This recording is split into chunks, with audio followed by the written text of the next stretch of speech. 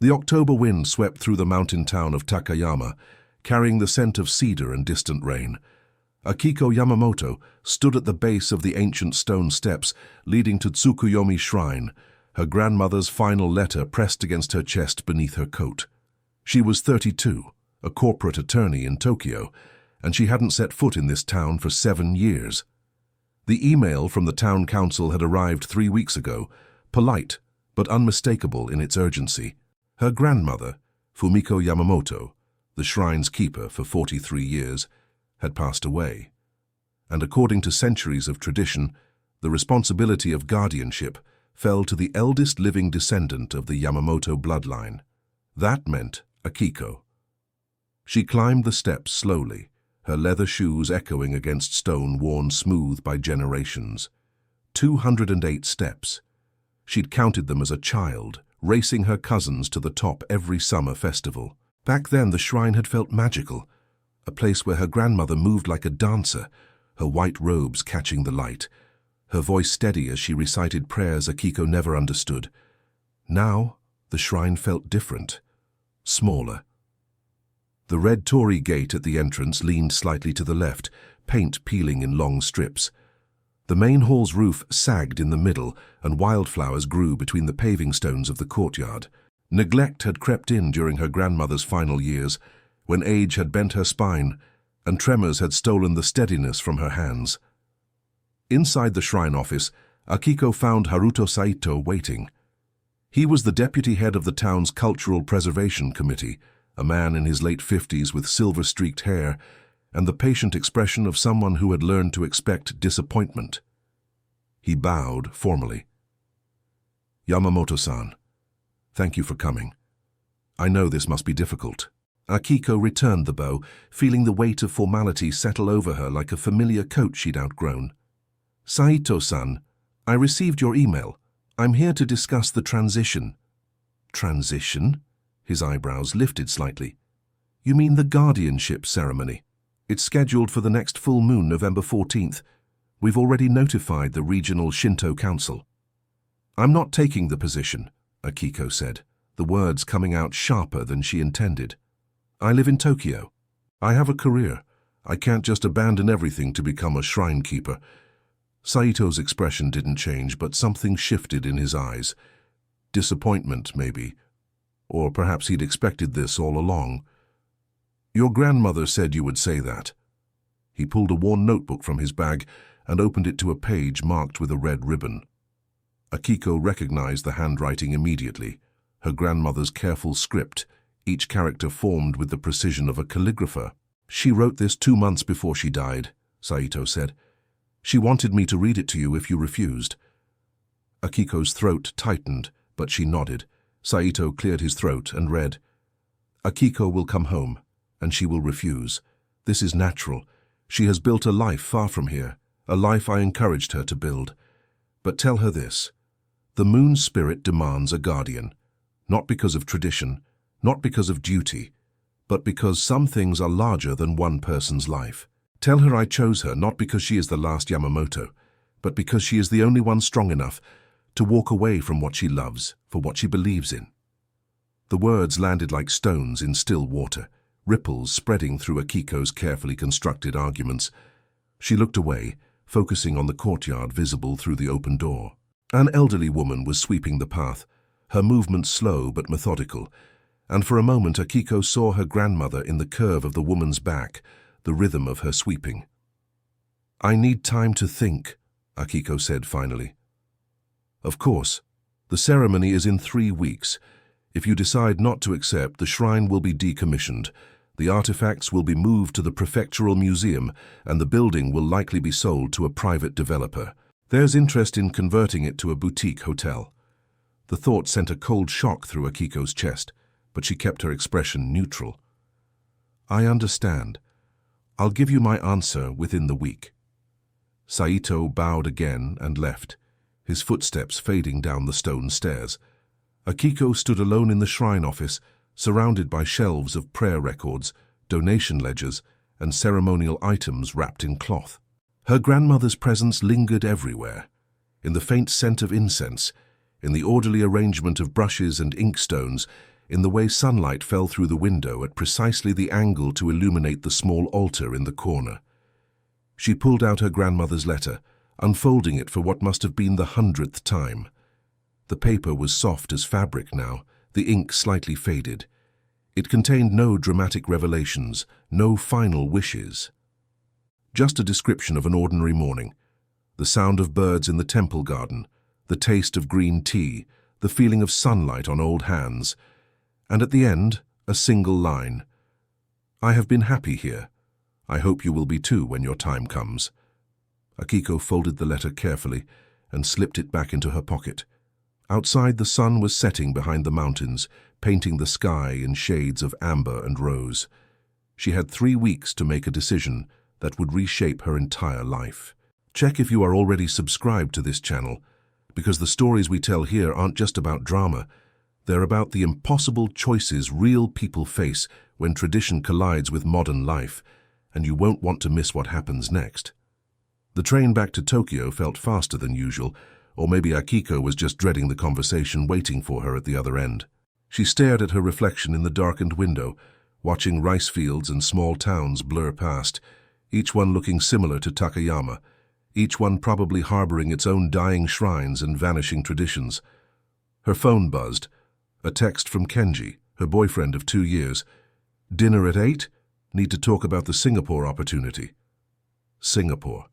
The promotion she'd been working toward for 18 months. Regional Director of the firm's Southeast Asian operations, a position that would triple her salary and establish her as one of the youngest executives in the company's 100-year history. The final interview was scheduled for next month. She'd already started looking at apartments near Marina Bay. She typed back, "See you at 8." The apartment she shared with Kenji was in Shibuya, a sleek 2-bedroom on the 23rd floor with floor-to-ceiling windows overlooking the city. She'd moved in a year ago, leaving behind her cramped studio in Nakano, and the upgrade had felt like proof that she'd finally made it, that all the 70-hour weeks and missed weekends had been worth it. Kenji was already home when she arrived, setting the table with takeout from their favorite izakaya. He worked in tech, developing AI systems for autonomous vehicles, and he approached life with the same analytical precision he brought to code. He'd supported her career ambitions without hesitation, celebrated her wins, commiserated over her losses. They fit together well, 2 ambitious people building a future based on shared goals and mutual respect. "How was Takayama?" he asked, handing her a beer. "Complicated." Akiko sat down, suddenly exhausted. "They want me to take over the shrine, become the guardian." Kenji paused, chopsticks halfway to his mouth. "You're not seriously considering it?" It wasn't a question. "I don't know," Akiko said. "My grandmother's letter, the way she described it. And if I don't accept, they'll tear it down. 400 years of history, gone." "Akiko." Kenji set down his chopsticks, his expression shifting to the patient concern he used when debugging particularly stubborn problems. "You hate Takayama. You've spent your entire adult life building a career here, the Singapore position, everything we've planned." "I know. Then what is there to consider? Let someone else preserve the shrine, that's what museums are for." "There is no one else. I'm the last Yamamoto." "So?" Kenji's voice sharpened slightly. "You didn't choose your family name. You don't owe your life to a building and a tradition that has nothing to do with who you are now." But that was the problem, wasn't it? Akiko took a long drink of beer, stalling, because the truth was more complicated than Kenji's logic allowed. The shrine did have something to do with who she was. Every summer of her childhood, every festival, every quiet afternoon watching her grandmother prepare offerings, those memories had shaped her in ways she'd spent years trying to ignore. 3 weeks, she said finally. "That's when the ceremony is scheduled. I need to decide by then." "Decide what? You've already decided. You're just afraid to say it out loud." Akiko looked at him, at the future they'd built together. The expensive furniture, the career trajectories, the plan to move to Singapore, and then maybe San Francisco, always climbing, always forward. It was a good life, a life she'd earned. "I need a few days," she said, "to think clearly." Kenji nodded, but something had shifted between them. a hairline crack in the foundation. He changed the subject to work, to safe ground, but Akiko could feel the unspoken question hanging in the air. What kind of person abandons everything they've built for a crumbling shrine in a dying town? She didn't sleep that night. Instead, she lay awake, listening to the city's endless hum, thinking about her grandmother's words. The moon spirit demands a guardian. It sounded archaic, superstitious, the kind of thinking modern Japan had left behind in its race toward the future. But her grandmother hadn't been superstitious. She'd been pragmatic, clear-eyed, someone who understood the difference between tradition and performance. At 3 in the morning, Akiko got up and pulled out her laptop. She searched for information about Tsukuyomi Shrine, diving into historical records and preservation reports. The shrine had been founded in 1624, during the early Edo period, built to honor Tsukuyomi, the moon god of Shinto mythology. It had survived wars, earthquakes, and the forced shrine mergers of the Meiji era. For 4 centuries it had stood as a focal point for the community, a place where people marked births, deaths, marriages, harvests. But in the past 30 years, attendance had plummeted. The town's population had halved as young people moved to cities. Donations barely covered basic maintenance. Without a guardian, the shrine would close within months. Akiko found a photograph from 1985, her grandmother standing in front of the main hall during a summer festival. She looked younger than Akiko was now, her face bright with purpose. Behind her, the courtyard was packed with people, families, children, elderly couples. The shrine had been alive then, woven into the fabric of daily life. Could it be alive again? Or was she just romanticizing a past that could never return? Akiko returned to Takayama the following weekend, telling herself she was just gathering information, not making a decision. But as the train pulled into the small station and she saw the familiar mountains rising against the autumn sky, something loosened in her chest, a tension she hadn't realized she'd been carrying. The town looked different in daylight, less melancholic than it had during her first visit. The main street was lined with traditional wooden buildings, many converted to cafes and craft shops catering to tourists. The morning market was in full swing, elderly vendors selling pickled vegetables, handmade pottery, and the region's famous Haida beef. She stopped at a corner shop for tea and found herself talking to the owner, a woman in her 70s named Yuki Tanaka. When Akiko mentioned the shrine, Yuki's face brightened. "You're Fumiko's granddaughter. I heard you might be coming back. Your grandmother was a treasure. Every year during cherry blossom season, she'd organize picnics in the shrine garden. She made everyone feel welcome, even those of us who weren't particularly religious. The shrine was never just about prayers, it was about community." Over the next few days, Akiko heard variations of the same story. The young mother who'd brought her newborn to the shrine for a blessing. The elderly man whose wife's ashes were scattered in the memorial garden. The high school teacher who'd proposed to his girlfriend beneath the cherry trees. Each person carried a piece of the shrine's story, a thread connecting them to something larger than themselves. But she also heard the other side. The town council's concerns about financial sustainability. The preservation committee's struggles to find volunteers. The reality that most young people, like Akiko herself, had left and weren't coming back. On the 3rd day, she visited the shrine's neighbor, an elderly potter named Hiroshi Matsuda. His workshop sat just below the shrine grounds, and he'd known her grandmother for over 40 years. "She visited me the week before she died," Hiroshi said, his hands shaping clay on the wheel with practiced ease. "Could barely walk by then, but she insisted. She wanted to know if I thought the shrine still mattered." "What did you tell her?" "I told her the truth, that traditions only matter if people care about them. You can't force reverence. But I also told her that some things shouldn't be measured by popularity. Some things exist because they remind us that life is more than efficiency and profit. They exist because beauty and ritual and connection matter, even when they're inconvenient." Akiko watched his hands work, transforming shapeless clay into a bowl with clean, simple lines. "Do you think I should accept the guardianship?" Hiroshi smiled. "I think you already know what you want to do. The question is whether you're brave enough to do it." That afternoon, Akiko climbed the steps to the shrine and sat in the courtyard, letting the silence settle around her. A crow called from the cedar trees. Wind moved through the leaves with a sound like breathing. The setting sun painted the main hall in shades of gold, and for a moment, Akiko could see what her grandmother had seen every day for 43 years, not a dying relic, but a living place, patient and enduring. Her phone buzzed. A message from her firm. Final interview for Singapore position confirmed for November 20th. Please confirm attendance. November 20th, 6 days after the guardianship ceremony. Akiko stared at the message, her heart pounding. This was it, the moment of choice. Singapore or Takayama, career or tradition, the future she'd built or the past she'd inherited. She thought about her grandmother's words again.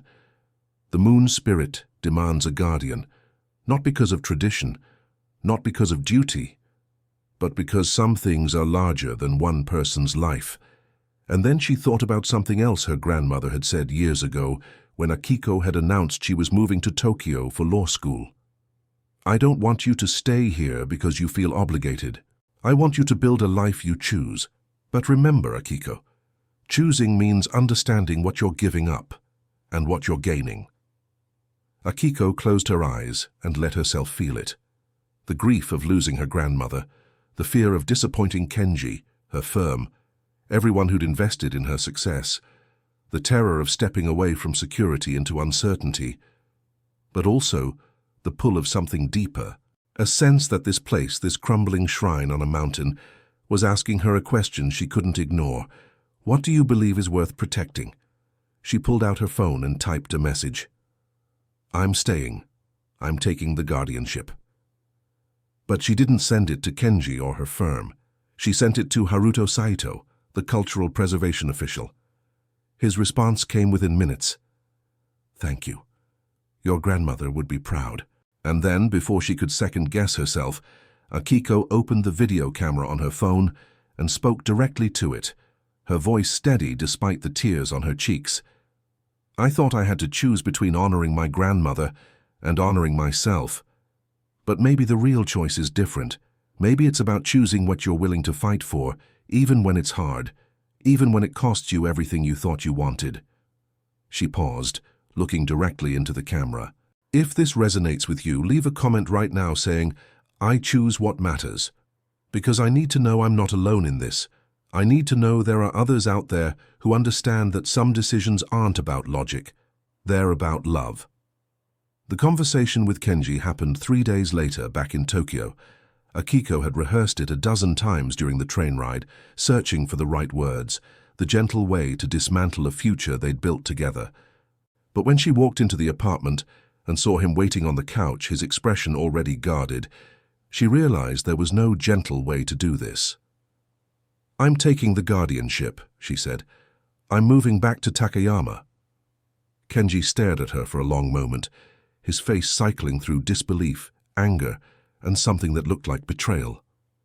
You're serious? Yes. What about us? What about Singapore? What about everything we've been working toward? Come with me, Akiko said, even though she knew what the answer would be. Kenji laughed, a short, bitter sound. Come with you? To do what? Become a rice farmer? Sell shrine amulets to tourists? Akiko, I have a career. I have opportunities here.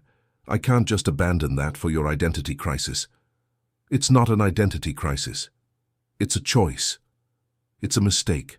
You're throwing away your future for a building, a symbolic gesture that won't change anything. The shrine will fail, the town will keep dying, and you'll be stuck there, bitter and alone, wondering why you gave up everything for nothing. His words hit like physical blows, articulating every fear Akiko had been wrestling with for weeks.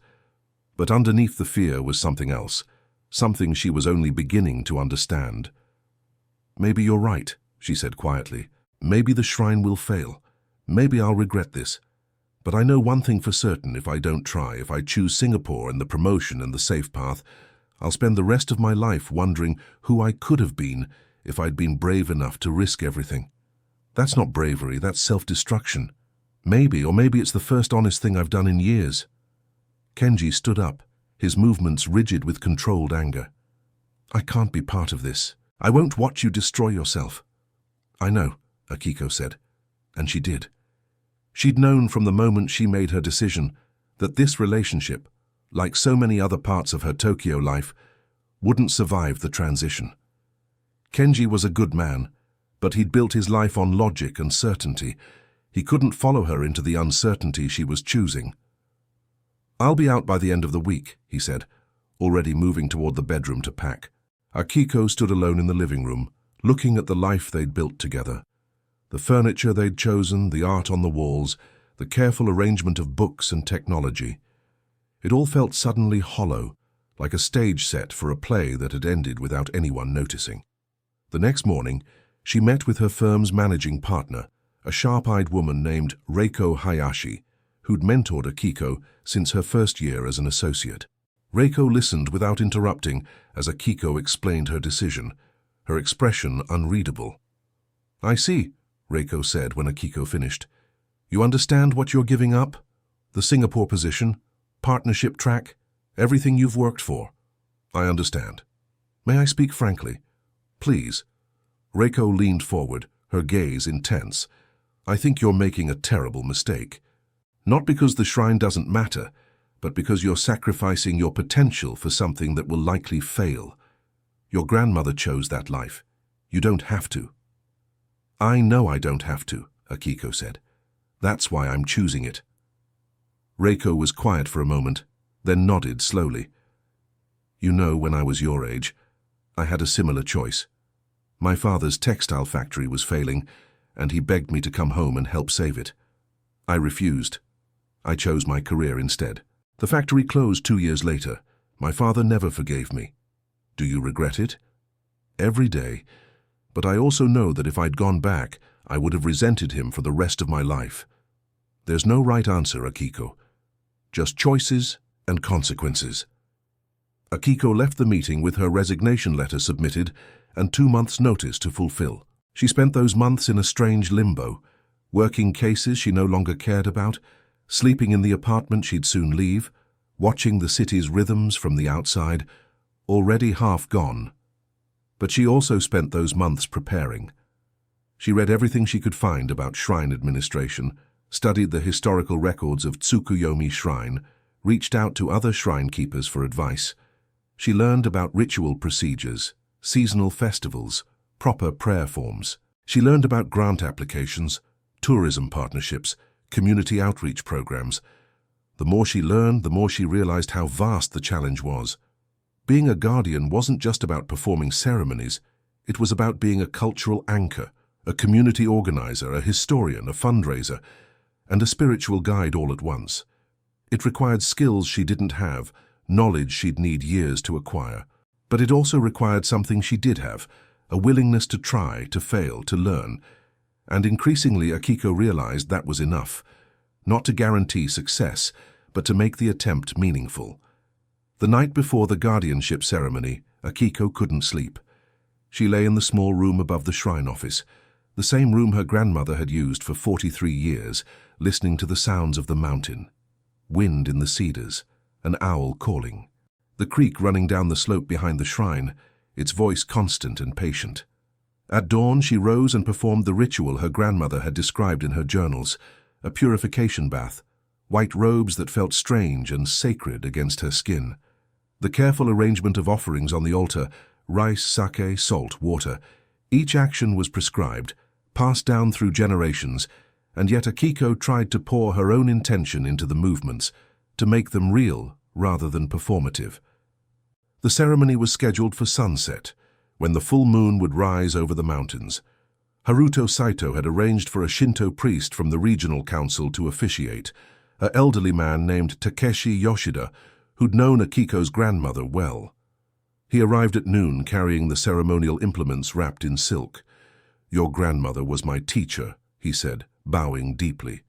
"She taught me that being a guardian is not about preserving the past. It's about creating a bridge between what was and what will be. The moon doesn't change, but our relationship to it does. That's what you'll be guarding, not a fixed tradition, but a living relationship." As evening approached, people began arriving. Akiko had expected maybe a dozen attendees, the town council members, a few elderly residents, perhaps some of her grandmother's friends. But by sunset, Nearly 100 people filled the courtyard. Families with small children, teenagers in school uniforms, elderly couples leaning on canes, the potter Hiroshi, the tea shop owner Yuki, people she'd never met but who'd been touched by her grandmother's presence, who carried pieces of the shrine's story. The ceremony itself was beautiful and strange. Priest Yoshida led Akiko through the ritual steps, his voice rising and falling in the ancient cadences of Shinto prayer. She repeated the words, feeling their weight without fully understanding their meaning. She accepted the ceremonial items, the staff of office, the guardian's seal, the registry of shrine records that dated back 3 centuries. And then, at the ceremony's climax, as the moon rose full and bright above the mountains, Priest Yoshida spoke the words that bound her to this place. "The moon spirit demands a guardian. Will you accept this sacred trust?" Akiko looked out at the assembled community, their faces lit by lanterns and moonlight. She thought about her grandmother, about all the guardians who'd stood in this spot before her, each one choosing to serve something larger than themselves. She thought about the life she'd left behind in Tokyo, the career and relationship and certainty she'd traded for this moment of total uncertainty, and she said, "I will. Then we'll walk under one sky." The words surprised her, a deviation from the traditional response. But they felt right. A promise not just to the shrine but to everyone gathered here, that she wouldn't stand apart, elevated by position, that she would walk among them, guardian and community member both, bound together by choice and commitment. The crowd erupted in applause, and Akiko felt something shift inside her, a sense of rightness she'd been searching for without knowing it. This was where she belonged. Not because of blood or duty, but because she'd chosen it, claimed it, made it hers through the act of saying yes. After the ceremony, people approached her one by one, offering congratulations and encouragement. The young mother whose baby she'd blessed months ago, the high school teacher who'd proposed beneath the cherry trees, each person carrying a story, a connection, a reason for the shrine to continue. Hiroshi the potter was last. He bowed and handed her a package wrapped in cloth. "Your grandmother ordered this 2 years ago. She said to give it to you when you became guardian." Akiko unwrapped the cloth and found a ceramic bowl, simple and perfect, fired to a soft blue-gray that caught the moonlight. Inside was a note in her grandmother's handwriting.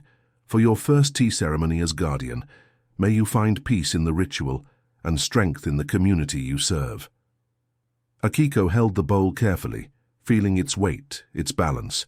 Her grandmother had known. Even 2 years ago, when Akiko was deep in her Tokyo career, convinced she'd never return, her grandmother had known this moment would come, had prepared for it, had believed in her enough to order a bowl for a future that must have seemed impossible. "She had faith in you," Hiroshi said quietly, "even when you didn't have faith in yourself." Akiko nodded, unable to speak past the tightness in her throat. Around her, the lanterns flickered in the evening breeze, and the moon continued its patient arc across the sky, the same moon that had witnessed 400 years of ceremonies in this place that would continue long after she was gone. The first 3 months were the hardest. Akiko woke each morning at 5, her body still protesting the early hours, and performed the daily rituals her grandmother had maintained for decades. Opening the shrine, lighting incense, sweeping the courtyard, small acts that felt absurdly inadequate in the face of the shrine's vast needs. The roof leaked, the foundation was cracking, the ceremonial items needed restoration, the gardens were overgrown. Every problem revealed 10 more problems, and the shrine's budget was microscopic. Akiko spent her evenings writing grant applications, researching preservation techniques, cold-calling potential donors. She learned about structural engineering, historic preservation tax credits, crowdfunding campaigns for cultural sites. But she also learned something else. She wasn't alone. Hiroshi helped repair the wooden fences, teaching Akiko traditional joinery techniques that didn't require nails. Yuki organized a volunteer gardening group that met every Saturday, slowly reclaiming the shrine grounds from years of neglect. The high school teacher brought his students to help document the shrine's architecture, creating detailed measurements that would aid in future restoration work. Slowly, piece by piece, the shrine began to transform. Not back to what it had been, but into something new, a fusion of tradition and innovation, ancient wisdom and modern sustainability. Akiko started a community tea ceremony every Sunday, using her grandmother's bowl. At first, only a handful of people attended, but word spread. The ceremony became a space for people to slow down, to connect, to practice presence in a world that demanded constant speed. Young mothers came with their children. Stressed professionals drove from Nagoya for a few hours of peace. Tourists stumbled upon it and stayed, moved by the simplicity and intention. She also began teaching traditional crafts, rope-making, natural dyeing, basic carpentry, skills her grandmother had known and that risked being lost. The classes were small but dedicated, and Akiko found unexpected joy in passing on knowledge, in watching people discover competence in their own hands. 6 months in, the shrine received its first major grant, funding from a National Preservation Society to repair the main hall's roof. The work took 2 months, traditional craftsmen using techniques unchanged for centuries. Akiko watched them work, memorizing each step, asking questions, understanding that her role wasn't just to guard the present, but to learn enough to pass on to the next guardian, whoever that might be. One evening, as she sat in the courtyard watching the sunset, her phone buzzed. A message from Kenji. They hadn't spoken since she'd moved out of the apartment 8 months ago. I saw the article about the shrine in the Japan Times, the restoration work, what you've built there. I wanted to say I was wrong. Not about Singapore being right for me, it was, but about you making a mistake. You're exactly where you should be. Akiko read the message twice, feeling a complicated mix of emotions, relief, validation, a touch of sadness for what they'd lost, but mostly gratitude that he could see what she'd chosen, could recognize it as valuable, even if it wasn't his path. She typed back, "Thank you. I hope Singapore is everything you wanted it to be." And she meant it. Because she'd learned something crucial in the past months. There wasn't one right way to live a meaningful life. Kenji's path was as valid as hers. He'd chosen growth through career and innovation. She'd chosen growth through tradition and community. Both mattered. Both were necessary. The shrine's 1-year anniversary as Akiko's guardianship fell during cherry blossom season. She organized a festival, reviving a tradition her grandmother had maintained for decades. The courtyard filled with people, families picnicking under the blooming trees, children playing traditional games, musicians performing folk songs that had been sung in this place for generations. Akiko moved through the crowd, no longer an outsider, but woven into the fabric of the community. She blessed babies, accepted donations, answered questions about the shrine's history, and she felt her grandmother's presence, not as a ghost but as a legacy, as the foundation upon which Akiko was building something both old and new. As the sun set and lanterns were lit, Priest Yoshida approached her. "Your grandmother would be proud," he said. "You've not just preserved the shrine, you've helped it evolve." "I couldn't have done it alone," Akiko said, gesturing to the crowd. "This isn't my achievement, it's ours." And that was the truth she'd learned over this year of transformation. Guardianship wasn't about individual heroism or solitary sacrifice. It was about tending a space where community could gather, where people could connect to something larger than their daily concerns. The shrine mattered not because it was old, but because it was alive, because it served a human need that transcended time, the need for ritual, for beauty, for shared meaning. That night, after the festival ended and the last visitors departed, Akiko climbed to the shrine's highest point and looked out over Takayama. The town was small, yes, and aging, and facing challenges she couldn't solve alone. But it was also resilient, adaptive, finding ways to honor its past while building toward the future. She thought about the choice she'd made a year ago, the career she'd left behind, the life in Tokyo that sometimes still called to her in dreams. She thought about Kenji in Singapore, probably working late in a glass office tower. She thought about her colleagues at the law firm, climbing the ladder she'd stepped off, and she felt no regret. Because this, the shrine, the community, the slow work of tending and teaching and preserving, this was enough, more than enough. It was exactly what she'd needed, even though she hadn't known it until she'd said yes. The moon rose over the mountains, full and bright. The same moon her grandmother had watched for 43 years. The same moon that had witnessed centuries of guardians making the same choice Akiko had made, to serve, to tend, to guard what mattered. She whispered the words she'd spoken at her ceremony, making them a promise renewed. Then we'll walk under one sky.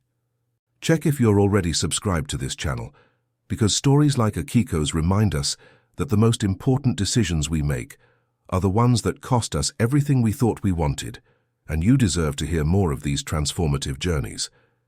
And if you watch this far, it's because you understand what it means to choose meaning over comfort.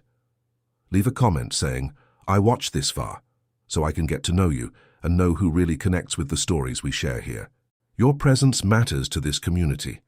Finally, if Akiko's story moved you, hit that like button and share this video with someone who's facing their own impossible choice.